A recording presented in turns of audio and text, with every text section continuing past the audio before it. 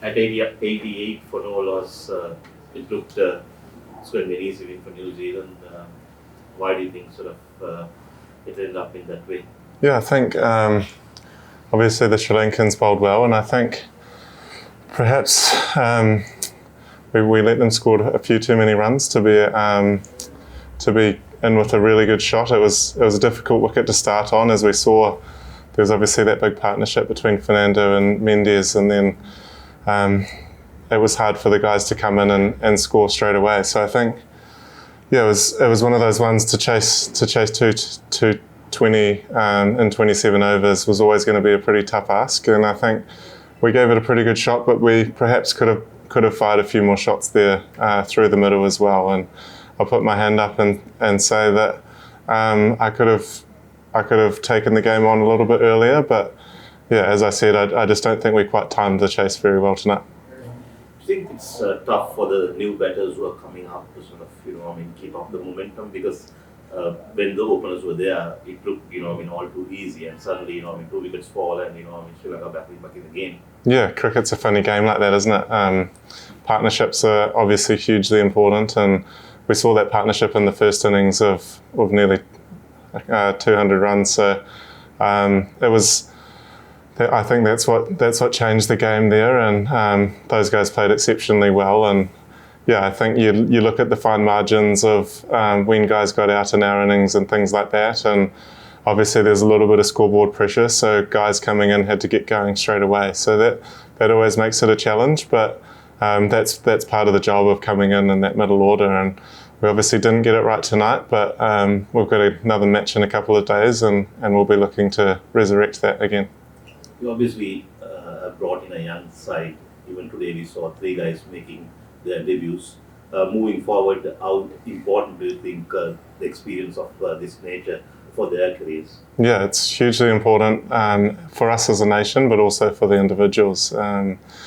There's a lot of young talent around in New Zealand cricket, and we're seeing a few of those guys on display at the moment. And I think the experiences that you get in this part of the world, obviously very different conditions for what we face back home in New Zealand, and those experiences you bank and you learn from, and hopefully they become better. And that's the true challenge of international cricket. You come and play Sri Lanka, and they really know how to bat and bowl in these conditions. So as much as playing against them, you watch them with the best seat in the house and see how they go about their business, and see the different ways to play on different surfaces. And sometimes you're successful, as we saw in the second game of that 2020 series, and sometimes it's a bit of a learning curve like today. So we obviously still think we're a top side, and we'll be looking to level the series in the next game, but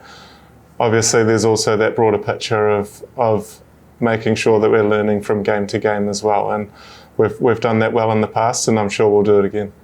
How much are you guys missing Lockie Ferguson? He was unplayable in the second game. Yeah, he bowled beautifully, didn't he?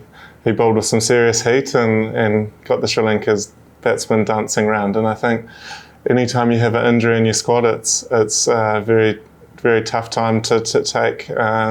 Obviously know Lockie personally very well, and wish him all the best, but the gap that he leaves in the side is a big one, and whenever a big player like that goes down, it's always tricky. But we back the guys coming in to come in and do the job, and obviously pretty tough conditions out there today, but we're off to Palakali next week, so yeah, hopefully a change in venue brings a change in fortune. On a personal note, how much have you enjoyed bowling in conditions like this? Yeah, at times I've enjoyed bowling in it. Perhaps not so when the batsmen are on 100 and playing really well. So I guess, yeah, you do, at the majority of the time it is obviously favourable here in Sri Lanka for spin, but yeah, batsmen can still play well on those wickets and put you under pressure, and I think we probably saw that today. The batsmen played really well, and we'll have to keep coming up with different answers and throwing different things at the Sri Lankan batsmen throughout the series to look to try break those partnerships a little bit earlier. As we saw today, that partnership was a big one, and yeah, really put Sri Lanka in a great position. You seem to be enjoying the sightseeing as well. Was it a trip to Sigiri that you made? Yes, yeah. Yes. How was the experience like, and what would be your message to tourists who are coming to a place like Sigiri?